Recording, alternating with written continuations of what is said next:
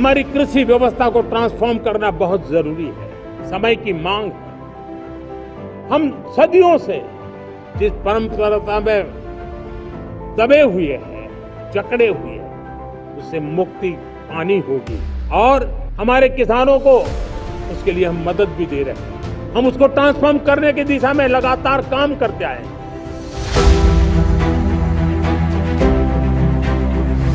विकसित भारत का लक्ष्य, ग्रामीण अर्थव्यवस्था, उसको सशक्त बिना किए बिना हम विकसित भारत का निर्माण नहीं कर सकते। और इसलिए रूरल इकोनॉमी के हर क्षेत्र को हमने स्पर्श करने का प्रयास किया है। और हम जानते हैं रूरल इकोनॉमी में खेती किसानी का बहुत महत्व रहता है।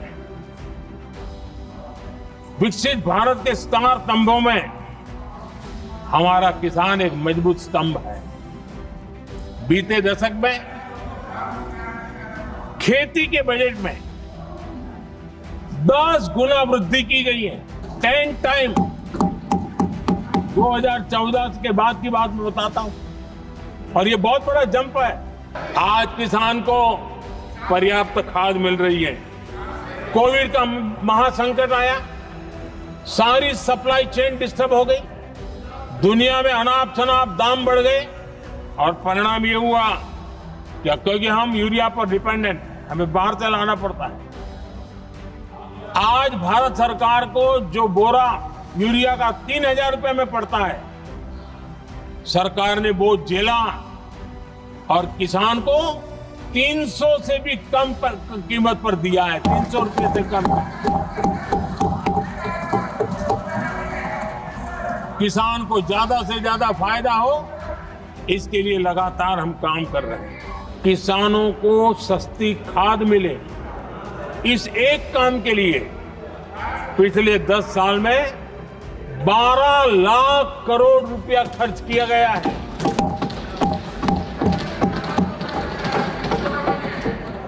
पीएम किसान सम्मान निधि, उसे करीब 3.5 लाख करोड़ रुपए डायरेक्ट किसान के खाते में पहुंचे हैं। हमने रिकॉर्ड एमएसपी भी बढ़ाया और पहले की तुलना में बीते दशक में 3 गुना अधिक हमने खरीदी की है।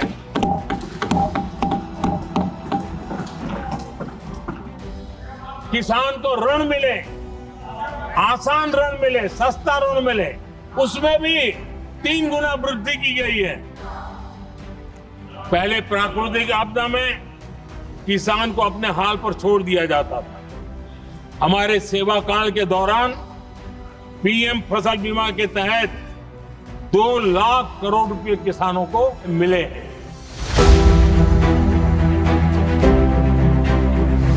किसान के प्रोडक्ट और इंडस्ट्री की डिमांड के बीच कनेक्शन मजबूत कर रहे हैं। फसल, अनाज, फल, सब्जियां, उसकी बर्बादी कम करने के लिए केंद्र सरकार द्वारा प्रधानमंत्री किसान संपदा योजना, उसका आरंभ किया गया है। इस योजना के तहत पूरी सप्लाई और इंफ्रास्ट्रक्चर का आधुनिकीकरण किया जा रहा है। किसान की आय बढ़ाने और उसका नुकसान कम करने की दिशा में ये योजना बहुत ही महत्वपूर्ण है। इसी नुकसान को कम करने के लिए देश के फूड प्रोसेसिंग सेक्टर को मजबूत करने के लिए सरकार ने फूड प्रोसेसिंग में 100% एफडीआई को भी मंजूरी दी है।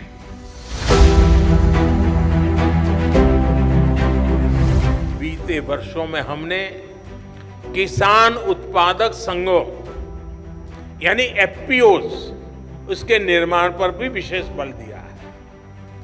अभी देश भर में 10,000 नए एफपीओज के निर्माण पर काम चल रहा है और इसमें से करीब 5,000 बन भी चुके हैं। ये एफपीओ छोटे किसानों को बड़ी ताकत देने वाले हैं। ये छोटे किसानों को मार्केट में बड़ी फोर्स बनाने के माध्यम है। बीज से लेकर बाजार तक हर व्यवस्था को छोटा किसान कैसे अपने पक्ष में खड़ा कर सकता है, कैसे बाजार की ताकत को चुनौती दे सकता है, ये उसका अभियान है। सरकार ने पैक्स के द्वारा भी एफपीओ बनाने का निर्णय लिया है। इसलिए सहकारी समितियों के लिए इस क्षेत्र में अपार संभावनाएं हैं। साथियों, कोऑपरेटिव सेक्टर किसान की आय बढ़ाने वाले दूसरे माध्यमों को लेकर सरकार के प्रयासों को भी ताकत दे सकते हैं। शहद का उत्पादन हो, ऑर्गेनिक फूड हो, खेत की मेड़ पर सोलर पैनल लगाकर अन्नदाता ऊर्जादाता बनाने का अभियान हो, बिजली पैदा करने का अभियान हो, सॉइल की टेस्टिंग हो, सहकारिता सेक्टर का सहयोग बहुत आवश्यक है।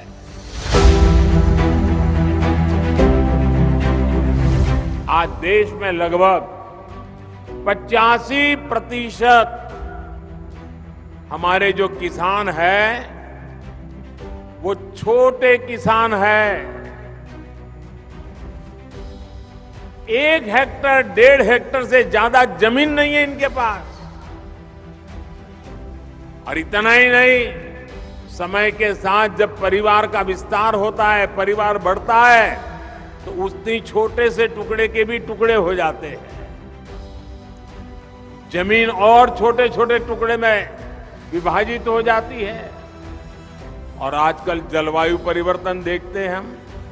उसी प्रकार से अगर मिट्टी खराब होगी, अगर हमारी धरती माता की तबीयत ठीक नहीं रहेगी, हमारी धरती माता ही बीमार रहेगी, तो हमारी मां, उसकी उपजाऊ क्षमता भी घटेगी, पानी की सेहत खराब होगी, तो और समस्याएं होगी।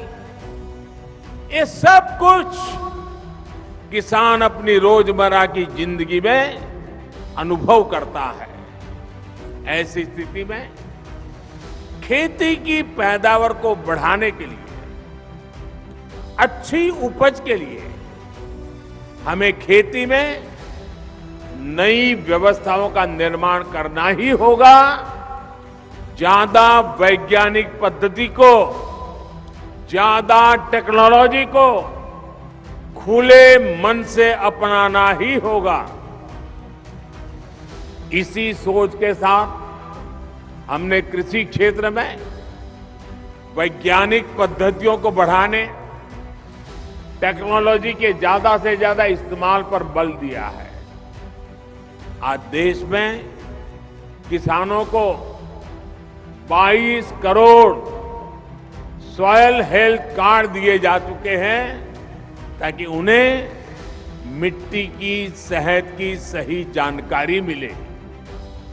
हम अच्छी से अच्छी क्वालिटी के बीज किसानों को मिले, इसके लिए वैज्ञानिक तरीके से जागृत प्रयास कर रहे हैं। बीते 7-8 साल में 1700 से अधिक वैरायटी के ऐसे बीज किसानों को उपलब्ध कराए गए हैं, जो ये बदलती जलवायु परिस्थिति है उसमें भी अपना मकसद पूरा कर सकते हैं, अनुकूल रहते हैं। हमारे यहां जो पारंपरिक मोटे अनाज मिलेट्स होते हैं, उनके बीजों की गुणवत्ता बढ़ाने के लिए भी आज देश में अनेक हब्स बनाए जा रहे हैं।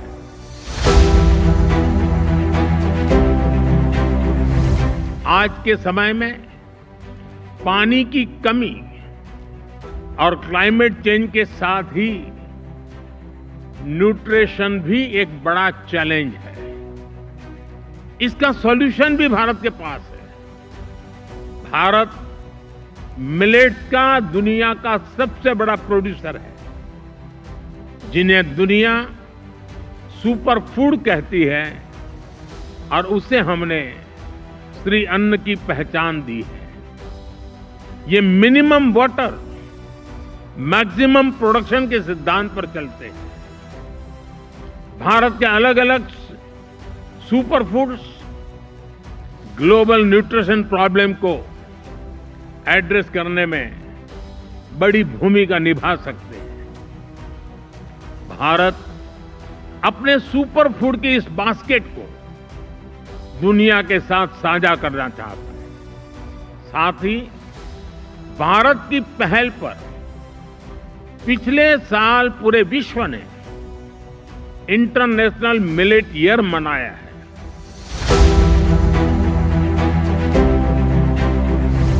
हाल में ही एक बहुत बड़ी योजना पीएम प्रमाण को स्वीकृति दी गई है। पीएम प्रणाम। लक्ष्य ये कि ज्यादा से ज्यादा किसान केमिकल मुक्त खेती अपनाएं।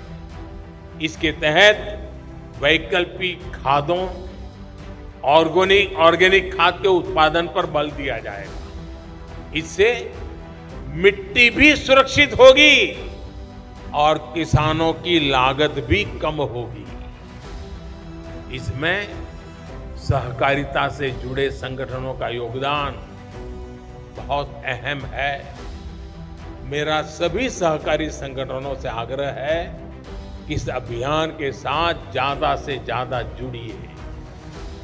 आप तय कर सकते हैं कि अपने जिले के 5 गांवों को केमिकल मुक्त खेती के लिए 100% हम करके रहेंगे। 5 गांव,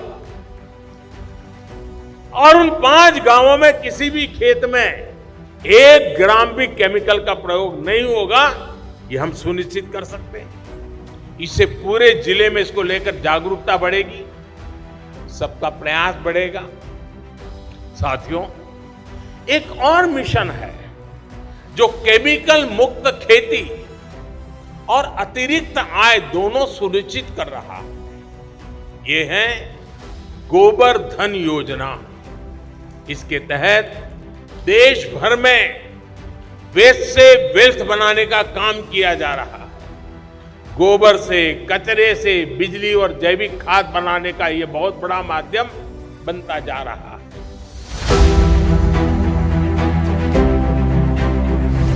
आज आसान ऋण दे रहे हैं किसानों को, टेक्नोलॉजी की मदद दे रहे हैं।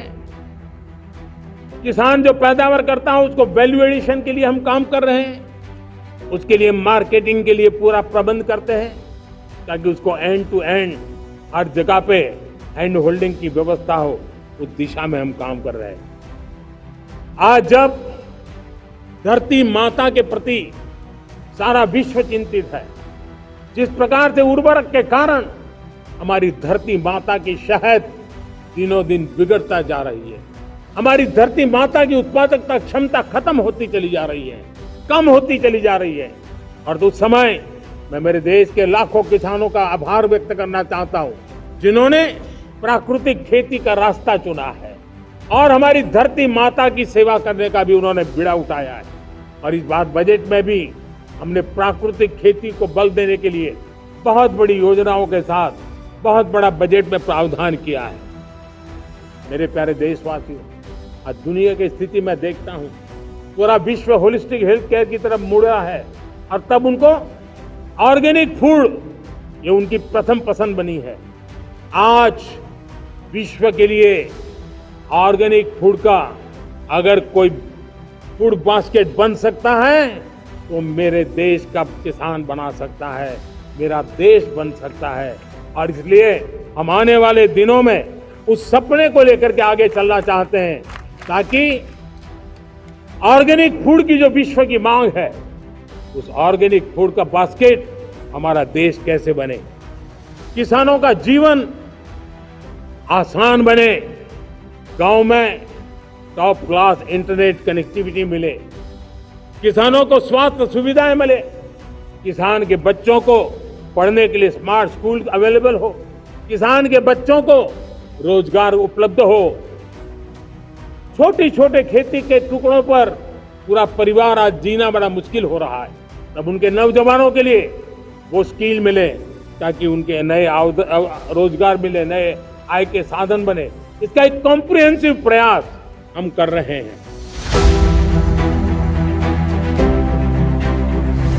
बदलते हुए भारत का एक महत्वपूर्ण पक्ष है डिजिटल एग्रीकल्चर। यह हमारा फ्यूचर है और इसमें भारत के टैलेंटेड युवा बहुत बेहतरीन काम कर सकते हैं। डिजिटल टेक्नोलॉजी से कैसे हम किसान को एम्पावर कर सकते हैं, इसके लिए भारत में प्रयास निरंतर बढ़ रहे हैं। क्रॉप असेसमेंट हो, लैंड रिकॉर्ड्स का डिजिटाइजेशन हो, ड्रोन के माध्यम से इंसेक्टिसाइड्स और न्यूट्रिएंट्स की स्प्रेइंग हो, ऐसी अनेक सर्विसेज में टेक्नोलॉजी का उपयोग, आर्टिफिशियल इंटेलिजेंस का उपयोग बढ़ाया जा रहा है। किसानों को सस्ती और हाई टेक सर्विस देने के लिए एग्रीकल्चर रिसर्च से जुड़े इकोसिस्टम्स और प्राइवेट एग्रीटेक प्लेयर्स के साथ मिलकर के काम हो रहा है। हमारे अन्न को औषधीय प्रभावों के साथ इस्तेमाल करने का पूरा आयुर्वेद विज्ञान है। ये पारंपरिक नॉलेज सिस्टम भारत के समाज जीवन का हिस्सा है। फ्रेंड्स, लाइफ और फूड को लेकर ये हजारों वर्ष पहले का भारतीय विजडम है। इसी विजडम के आधार पर भारत में एग्रीकल्चर का विकास हुआ है।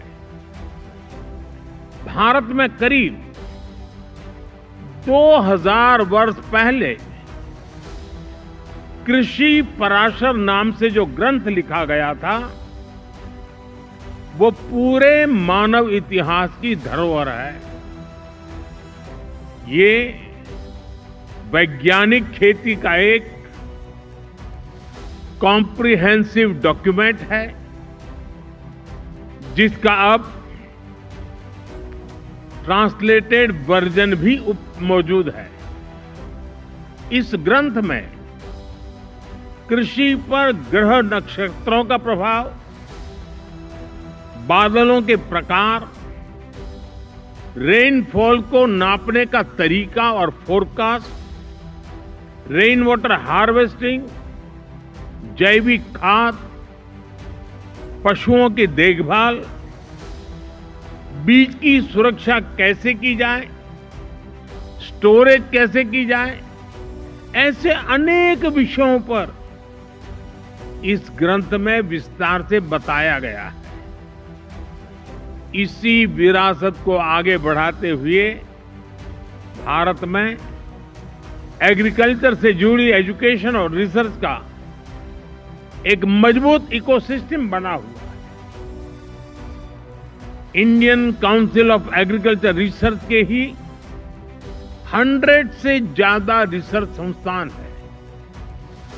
भारत में एग्रीकल्चर और उससे संबंधित विषयों की पढ़ाई के लिए 500 से ज्यादा कॉलेज है। भारत में 700 से ज्यादा कृषि विज्ञान केंद्र है, जो किसानों तक नई टेक्नोलॉजी पहुंचाने में मदद करते हैं। साथियों, भारतीय कृषि की एक और विशेषता है। भारत में हम आज भी 6 सीजन्स को ध्यान में रखते हुए सब कुछ प्लान करते हैं। हमारे यहाँ 15 एग्रो क्लाइमेटिक जोन्स की अपनी खासियत है। भारत में अगर आप कुछ 100 किलोमीटर ट्रेवल करें तो खेती बदल जाती है। मैदानों की खेती अलग है, हिमालय की खेती अलग है, डेजर्ट ड्राई डेजर्ट की खेती अलग है, जहां पानी कम होता है वहां की खेती अलग है और कोस्टल बेल्ट की खेती अलग है। ये जो डायवर्सिटी है यही ग्लोबल फूड की सिक्योरिटी के लिए भारत को उम्मीद की किरण बनाती है।